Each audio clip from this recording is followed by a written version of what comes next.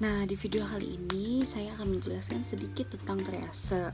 Nah, teman-teman yang pernah ke rumah sakit nih, khususnya di ruangan instalasi gawat darurat atau IGD, akan menjumpai garis-garis berwarna-warni, dan garis-garis ini nih biasanya diletakkan di lantai IGD.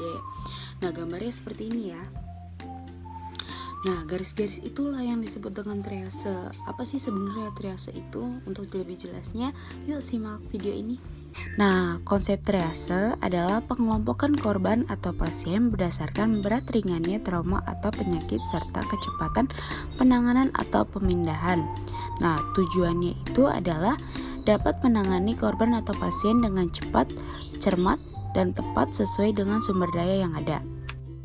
Nah, baik. Lalu ketika pasien diantar ke IGD, di sana petugas kesehatan atau tenaga medisnya akan melakukan penilaian. Jadi penilaian awal ini disebut dengan primer survey. Nah, jadi apa sih penilaian yang dinilai di sini?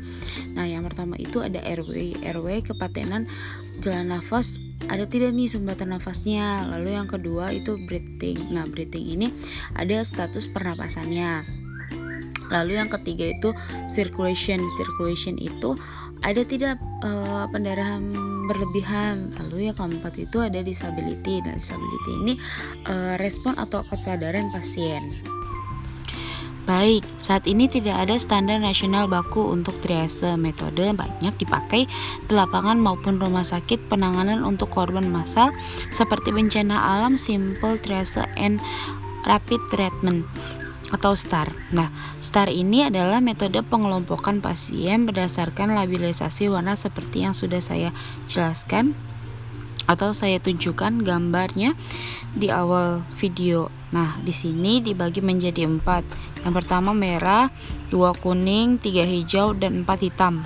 Nah, untuk labelisasi warna yang pertama itu merah, dikatakan prioritas utama. Kenapa dikatakan demikian?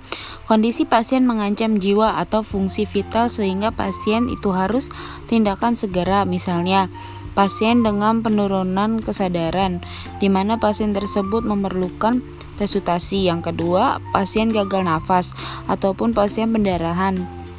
Pasien-pasien yang dengan kondisi itu masuk prioritas tabel utama kondisi yang gawat darurat. Nah, yang warna kuning prioritas kedua. Mengapa dikatakan demikian? Karena keadaan pasien mengancam nyawa tapi tidak memerlukan tindakan darurat. Nah, misalnya pasien-pasien patah tulang seperti fraktur atau trauma torak. Nah, untuk labelisasi yang ketiga berwarna hijau dikatakan prioritas ketiga.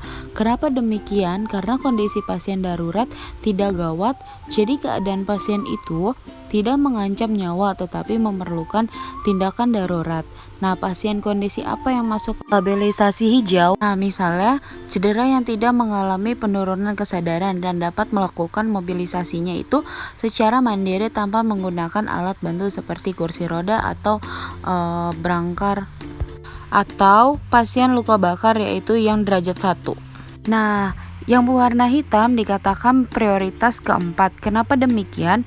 Karena keadaan pasien yang tidak mengancamnya nyawa dan tidak memerlukan tindakan darurat. Pasien-pasien apakah yang masuk labelisasi hitam? Nah, misalnya pasien yang sudah meninggal atau pasien kritis di mana kesempatan peluang hidupnya sedikit. Sekian dari kelompok saya tentang triase. Terima kasih.